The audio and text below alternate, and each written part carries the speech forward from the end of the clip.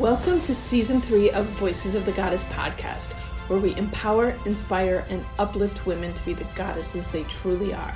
I'm your co-host, Julietta, the magical PT, owner and founder of Body and Soul PT, as well as Soul Candy, intuitive, handmade, and one-of-a-kind jewelry and artwork.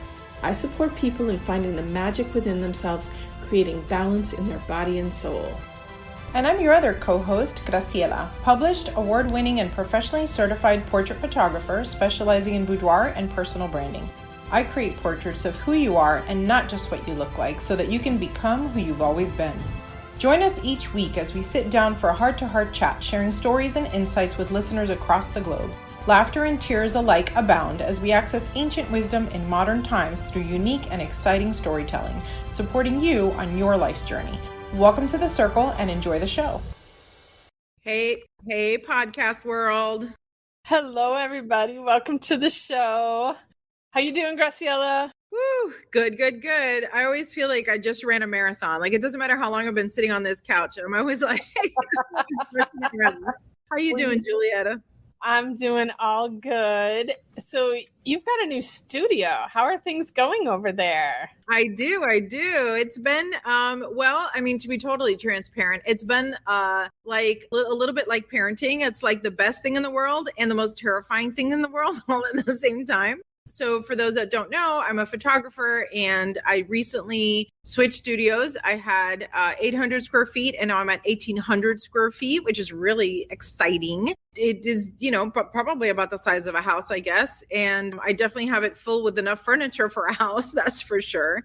I keep my space not looking like a photo studio, I guess, because I shoot boudoir and branding. I really want it to look environmental, right? So of velvet couches. Oh, I got a new couch. I don't know if I told you that. If you saw it already, maybe you did. The one in the front? That was yes.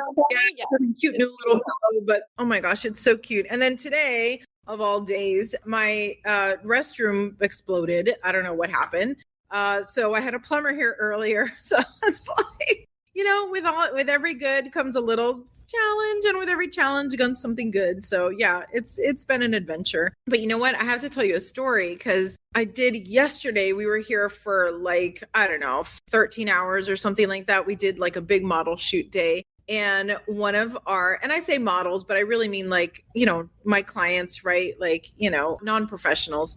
And one of them was this young girl, and she was so fabulous, so gorgeous. But one of the things that she mentioned, she's like, oh, I don't really like my nose. And I'm like, what? I love your nose, right? And it got me thinking about another young lady in my life. And same thing. She was like 16 when she was like, I'm so ready for a nose job.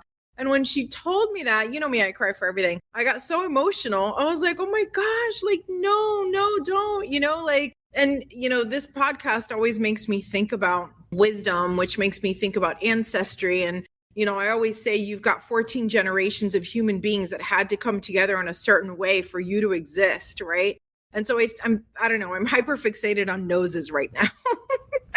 Because I'm like, man, it's so like your history, right? Like it's so just part of who you are as a human being, And I know we all have like things we love and hate and blah, blah, blah. But, I kind of feel like it's the Matrix, we're just like, it's all made up, right? What's a good nose? What's a bad nose? What's a good face? What's a bad face? I don't know.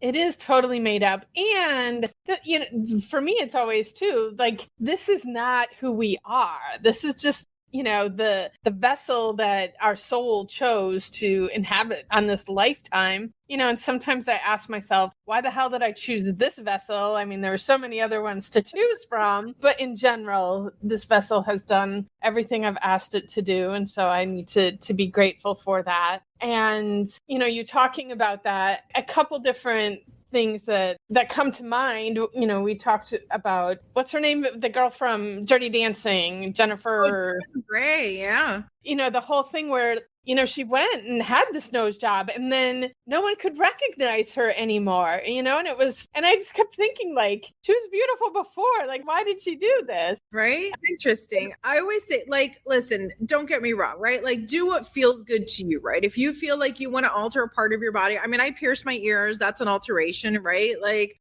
I alter. Everybody alters something. Like, I get it, right? Gain weight, lose weight, die this, die that, whatever. Like, do what feels good to you. As long as you're doing it from a place of empowerment, I support you. I think that's awesome. The part that always gets me is like feeling down on yourself. And I wonder how much of that is just purely environmental. You know, I always laugh with my clients because I'm like, you know, in South Florida, like I'm a 6, but man, in Haiti, I'm a 12, right? Like in cultures that appreciate full-figured women, like I'm a queen, you know, like, so how much of it is that real, right? I don't know. It's really interesting. I'll take a step back. It's something I work on in my office all day with clients, is loving themselves for who they are. And like you said, if it's coming from a place of empowerment, great. But when it's so many people, it's coming from a place of needing to fit in, needing to look like everybody else. And we don't need more of everybody else's. We need more of you. Yes. You, your uniqueness. And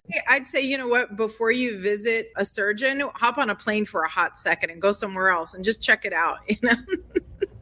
Well, I was telling you too about that, the Spanish actress, I think her name's Rosita Palma, something like that. And how I know her is from the Pedro Almodovar movies. If you have not watched a Pedro Almodovar movie, watch them. They're hilarious. They're everything. But this actress is in a lot of his movies, and she has very unique, I'll say a bit extreme features, and she just rocks them. And, you know, she gives me hope, and that everybody can just embrace themselves and love themselves for how they came out, you know. And like you said, like, this was the compilation of how many generations of DNA coming together to create this unique you. And so embrace it, love it. It's really an interesting conversation. I definitely think it's one to like take out with you and have with your friends. You know, that's one thing we haven't talked about recently. Like, I hope that our listeners hear what we're saying. Yes, but like, let it be a jumping off point. Like, take this podcast to your friends, let them listen to it, have that conversation and see what comes up for you. You know, I bet you anything y'all are thinking the same thing, but nobody's telling the other one what you're thinking, right? There's nothing better than when someone says, oh yeah, me too. Oh yeah, I get it, you know? So it's, you know, I love that village stuff. Takes a village. Should we bring on our guest? Let's do it. All right. Dun, dun, dun. Hey, y'all. Hello, Larissa. Welcome to the show. Welcome. Well, this is awesome. I like this whole little intro. Well, we just love to chat. Honestly, we could probably do a whole talk show, but you know, we're starting with a podcast. Yeah, I don't like my nose either, so we can all good, all good. Love your nose. I will shoot your nose all day long, please. That's so funny. So yeah, my name is Larissa. I don't know to what context because I do so much. I'm gonna say, do your intro, and I know you're a multi-passionate professional. So yeah, a lot of it for me was just the search for trying to have like a quality of life. I love working. And I love being able to employ other people and to use what I do as a vessel for other things and community and things like that. So what pays the bills is I do marketing full time. I do predominantly search engine optimization. And I'm probably one of the few women in South Florida that actually do that. And aside from that, I do have a wine bar in Oakland Park, and that's how I know Ella. She actually met me right before when we were under construction for about 2 years, and that was extremely difficult, but thank God we're open and functioning. So that's pretty much the gist of it. I'm not sure if there's anything else to point out. That wine bar is fabulous. And I do remember, like, the whole time I kept on thinking, my goodness, like, this poor girl, she's like, what tenacity to be able to get through and finally do it. But you just celebrated a big anniversary, yes? Yes. I wish you came, but we're probably not going to do it next year. It was a lot of work.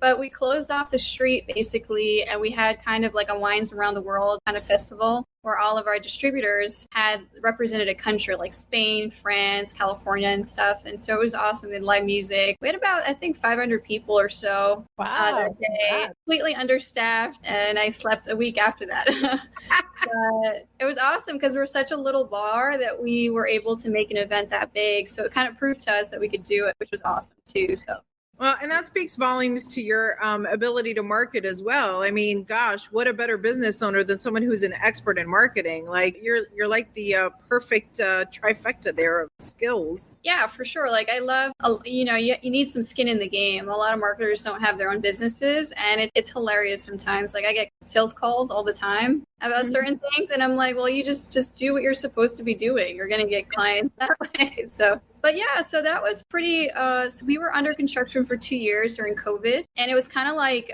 going through the city and never doing it, building a bar from the ground up. It was kind of like playing chicken. Like, when are you going to give up? You know, kind of thing. That's how it felt. Like, it was tough because you see a lot of businesses like down the street. Sometimes they'll be in construction and they don't open because it's so difficult to kind of work with the city and the state, and then licensing, and then permits and all this craziness. But, you know, it's definitely worthwhile once you do it. But again, you can do one of two ways, like either rent a place that's already like built or building yourself. But again, you have those pros and cons with both. So you're running both. Sorry, Julietta. I think I apologize to Julietta 86 times an episode because I want to talk the whole time. Oh, no, all good, all good. Well, I want as much as you want, Graciela. You're so sweet. I love you so much. Write that down, listeners. She's going to regret that later. But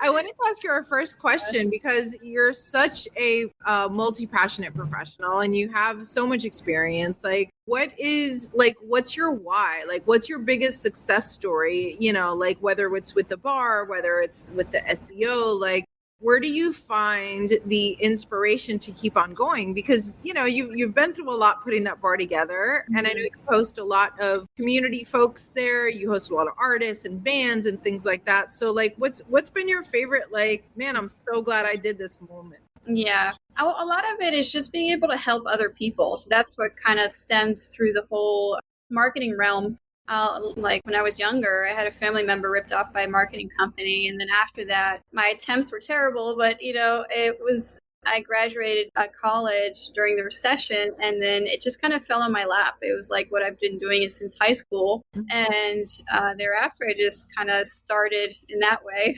And it was funny because like I rented my first office when I was like 19 years old. Wow. And I was kind of tricked into it though. My dad at the time, he was like, yeah, I'll help you pay for it, whatever. And he honestly, he never was intended to pay for it. But it was cute because like he just like, you know, got me off the ledge to start doing and believing myself, you know, kind of thing. And yeah, a lot of it is just, you know, being able to have enough knowledge to be able to help others. A lot of times, like I grew up in New York, New Jersey, like across the river from New York City. And you see a lot of beautiful artists and the amount of potential that they have, but a lot of them struggle to make a business from that. And I can imagine, Graciela, you probably see a lot of people going through that. And so for me, a lot of it was like, how can I help these non-business minded people to be able to utilize, you know, their passion into a business. And so that's kind of where all of that, it all kind of comes full circle. And search engine in general is, for those of you who don't know, it's pretty much what you see underneath the ads on Google. And that's more of like a sweat equity. So it's kind of like the underdog's way of getting leads. Whereas you don't always have to pay per click, but once you're there for a predominant amount of time until you have like heavy competition, and then you have to just go back and forth. But yeah, so that's, you know, that's pretty much it. And for the bar, we do have, we use that as a vessel for arts and communities. So we'll host monthly art shows, rotating art gallery.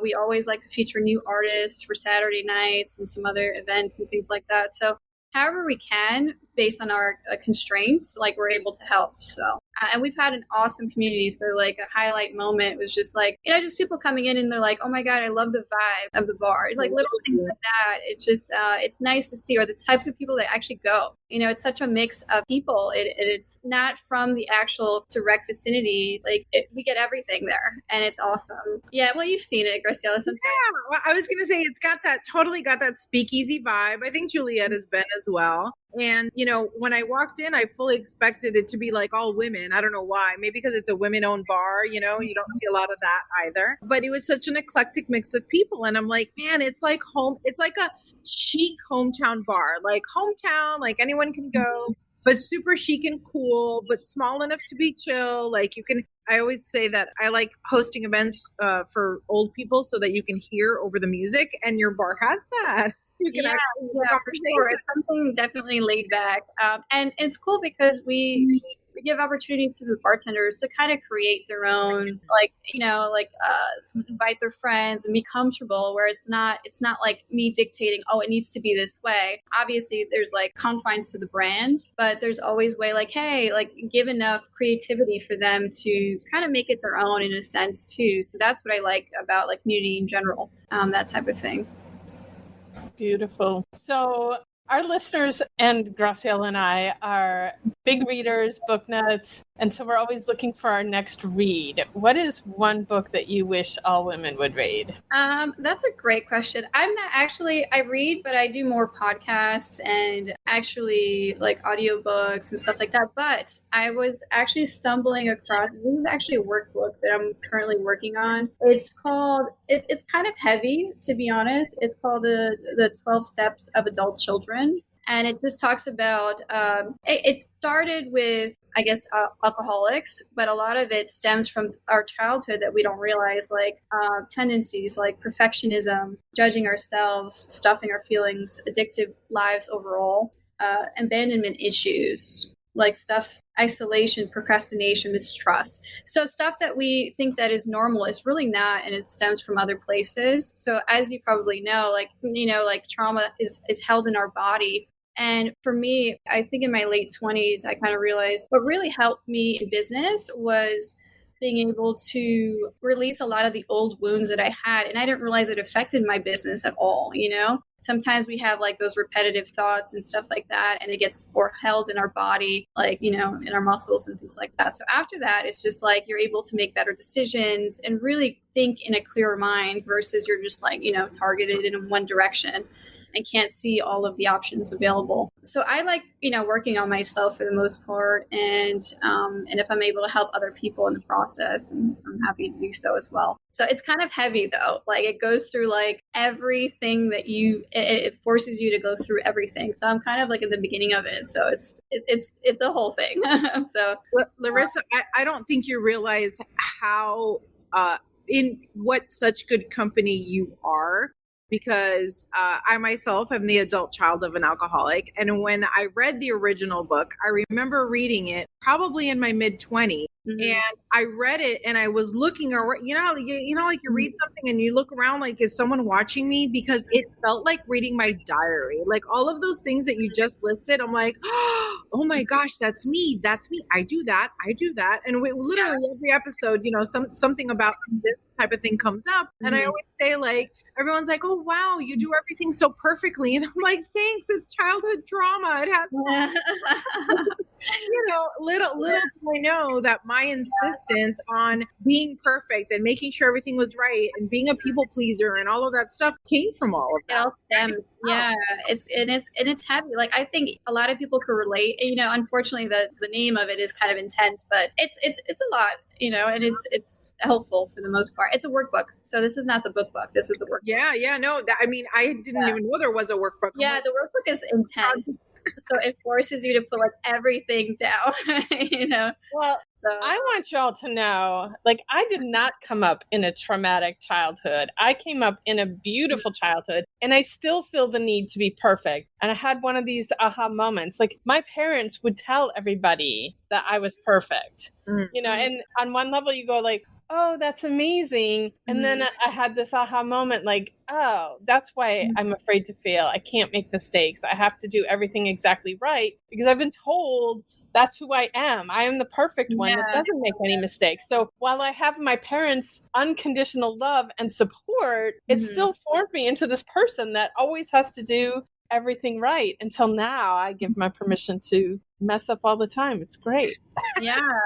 And it's part of it. And, you know, I've been thankful. I haven't had alcoholic parents, but, you know, just through Latino families, I think that we all carry a lot of generational trauma and the gossiping, and especially as young women, like, you know, they'll be judging 12-year-olds like, oh my God, she's so fat. Like, why don't she, you know, take care of herself? Or why is she acting like they treat them like adults? Like, it's crazy. And it's just stuff that like, I hope that I'm able to at least break when I have kids and stuff like that. So.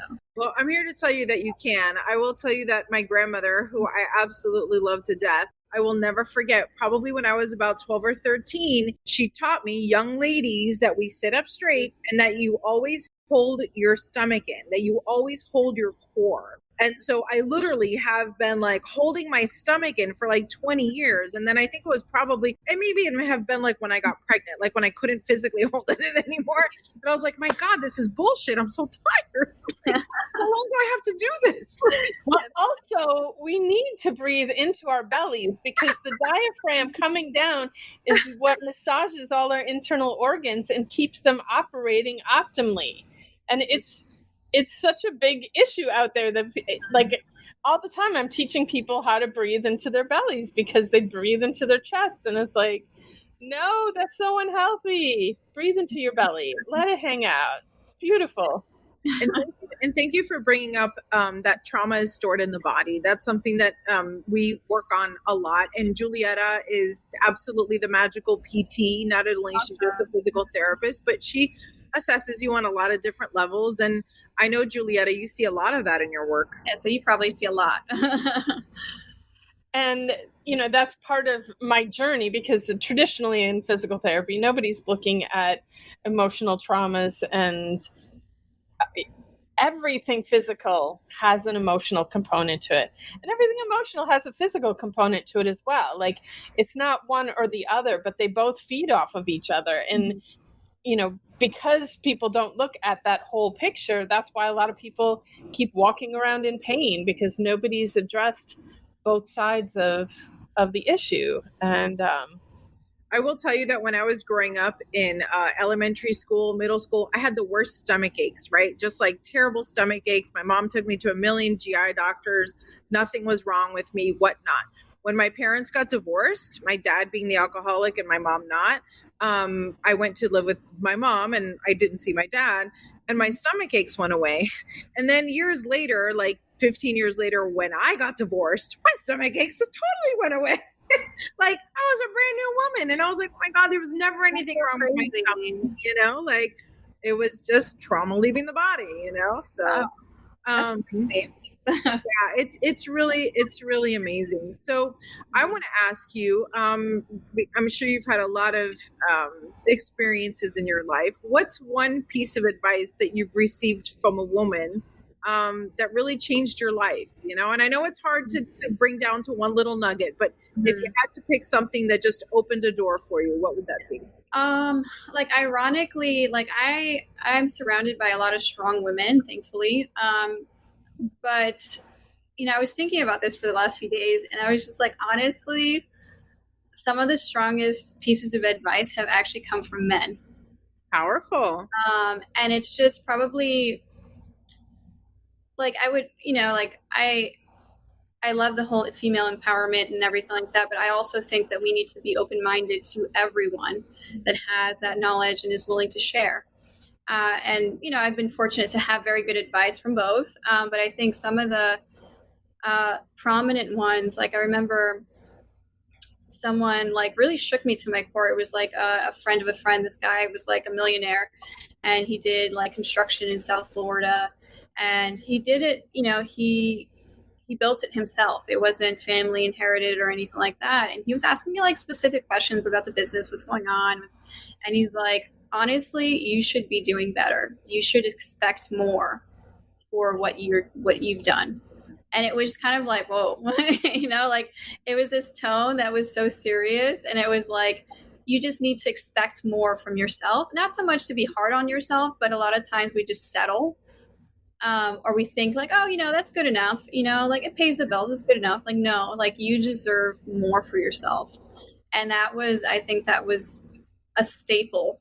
And a lot of people, for us, we have those self-limiting beliefs or not even that, or just, we have issues with money or afraid to get more money or whatever the situation is. I think that we need to also hold ourselves to a higher standard, regardless of where you're at. And that was one of the many things that I've learned. That's very powerful. And, you mentioned earlier about being Latina, and all the cultural things that come with that. It's kind of ironic because like in my family, the strongest and the weakest people are the same women in my life, right? So like I give a lot of credit for my strength to the women in my life, but also in the times of my life when I've made myself smaller also comes from the women too, you know? So it is powerful to take that advice from anywhere that it comes, you know? I mean, we just had a gentleman on our show earlier, you know, and seeing different perspectives makes a big difference.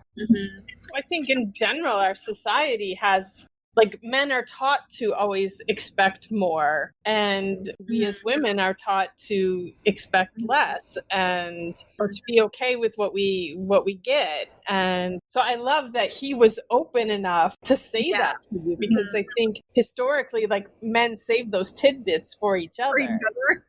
Yeah, Right. And just like kind of like a big brother, like random kind of, you know, you could tell it was good intentions. It wasn't like malicious or anything like that. No, I mean, the comment in and of itself doesn't sound, I mean, honestly, when you said it, I was like, oh shit, that's good for me too. Let me write that one down. No, but I was even talking to like an app developer the other day, and we were all drinking. Obviously, we're all buzzed at this point, but I was asking him questions. I was like, I don't know anything about this app. But you could tell it was like one of the kinds things in Africa that does like crazy things, like very good technology. And it was probably open for, or was developed for like maybe 9 years. Like it's been in business for a long time. And I'm like, how much do you make? Like if I'm asking, you know, personally, and he said a certain amount, I'm like, wow, like you should be doing better. And he was shocked.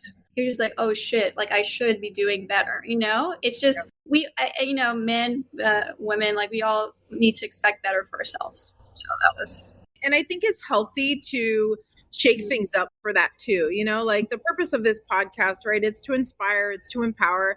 And sometimes you just need someone to call it like it is, you know, because I'm gifted with a lot of friends that are like, you're awesome. You're doing great. You're doing a good job. And I'm like, okay. But man, sometimes it takes that one person to like, kick me in the butt.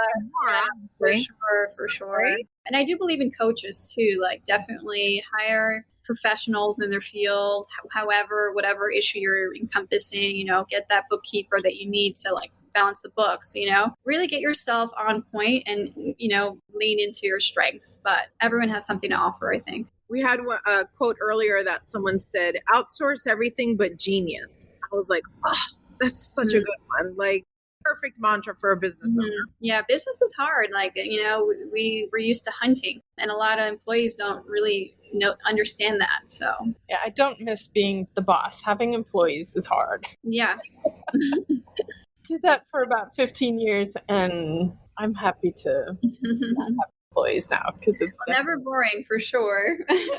Absolutely. Yeah. So you've had a lot of experiences in your, you know, I look at you and you're so young. I'm like, oh my God, I remember it's a baby face. But yeah, I did start very young, and I was, you know, like you're hard-headed to a point and you think you know everything until you get humbled real quick. But it's just, I want to make like a very nice, my priorities are just like having good work environments, like not hostile. They're not aggressive towards each other. They're respectful. And you'd be surprised how hard that is to maintain.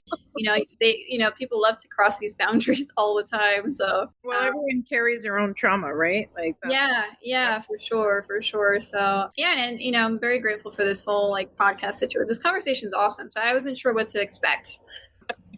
We only do fabulous. So no. So what I was going to say, you know, you've taken a lot of risks in your life. And so what is one thing that you've done that you know that you will never regret? I don't regret a lot, just unless like I haven't done something. I haven't, where I wanted to do something and then just for some reason or another haven't done it. But I think that one of the biggest risks that I took was that when I moved down here when I was 22 years old in South Florida by myself. I didn't know anyone, didn't know what was going on, picked up a U-Haul, and then that was that. But I absolutely love the South Florida community here. People are a lot more business friendly than they were up north. And that's one of the biggest, I guess, outlets and factors, because I was able to do as much as I am today to be able to facilitate all those things. But yeah, there's so many good nuggets you see even throughout the day. Like it's nice to see, like we'll have customers come in with like food. Or so, just like, I'm just happy that we have such a good like community around us that is just so happy, and we're able to help each other out for the most part. Well, I think your success is due in large part to your big heart and the fact that you approach things so passionately and so authentically. I love that your message is be bold and take chances. I mean, that takes a lot. I always say, my parents are Cuban, and, they came here in 1959, like a lot who were getting away from something. And I always say, man, that like there's gotta be a lot for you to pick up and move. I've lived in South Florida my entire life. Yeah. And whenever I hear, Julietta came from Wisconsin, that was probably an easy choice given the weather situation. But I'm just so impressed. And when you said you were 22, my little mommy heart went, Yeah, it's so funny. I thought I was grown then, and then I I totally grew up once I moved down here. Yeah. And probably we're going to keep growing, right? Like one day you'll look back and you'll be like, oh, remember back when I was whatever. Yeah, it's crazy. I would never let my kids leave. It's funny. That's okay. My mom, when I told her I was going to go away to college, she was like, oh, great. I'll sell the house and buy an RV and I'll follow you. And I was like, ew, Mom. And now my kids are 13 and they're talking about where they want to go. And I'm looking at my boyfriend like, let's pack up the RV. Where are we going? That's cute. Yeah, I was really fortunate to have parents that were really like they're unafraid of risk. So they, even when I was really young, I was blessed to have that. At least they have this saying in Portuguese, it's called "Você vai conseguir," like you are going to make it. And it was repeated when I was younger. You're going to make it, whatever it is. And they've always been super supportive. So I've been, very thankful for that. I'm writing those down right now. Yeah, and it's like instilled in my mind. Você vai conseguir is like a whole thing. Beautiful. I'm going to need that on a T-shirt, please. Like, yeah, it's crazy. I want what you're having. Well, I'm glad this kind of was a nice little segue to our last question, which is, and I'll tell you the reason behind the question. A lot of our listeners, this podcast started during the pandemic, and there was a lot of darkness, and we're always looking for little pockets of hope and little things to help remind us, that it's all good, like someone else said, this too shall pass, right? But share with us just one of your sweetest, most delicious memories, like give us a little something to savor today. That's a really interesting question. And I was thinking about that too. I was like, I wouldn't consider like memories delicious, but well, we're foodies, so yeah. Well, yeah, one of the opposite way. Honestly, was just the recent one was the block party that we were able to do. So just seeing the amount of like lines, we were like obviously panicking at that point, but it was just like we can throw a party. So I was happy about that. So one of those ones. That's awesome. Being happy in your accomplishments, writing that one down. You've given us so much to think about today. And it's also like anytime you feel like you're stuck, something's going on inside. So it's just a matter of like asking yourself why, like what's going on. Exactly.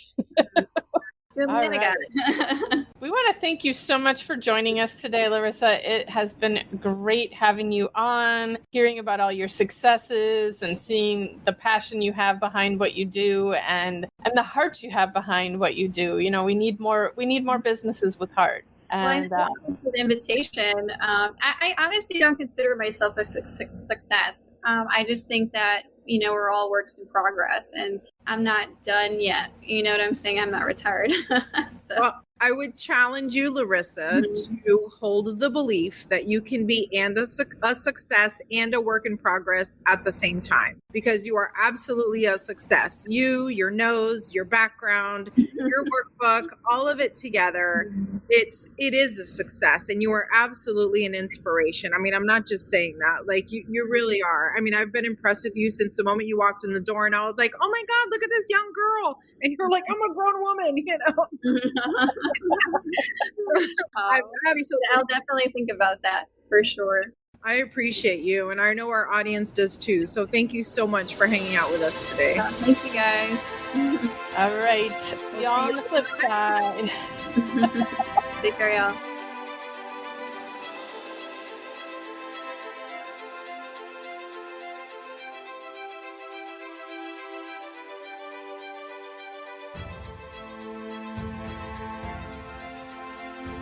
Thank you, dear ones, for joining us today. Make sure you check out the show notes for details on how to get in touch with either Julietta, Graciela, or today's special guest. Don't forget to subscribe, review, like, and share. Big love and gratitude for all of you. May the path before you be ever illuminated by your fellow goddesses. Shine bright and have a magical day.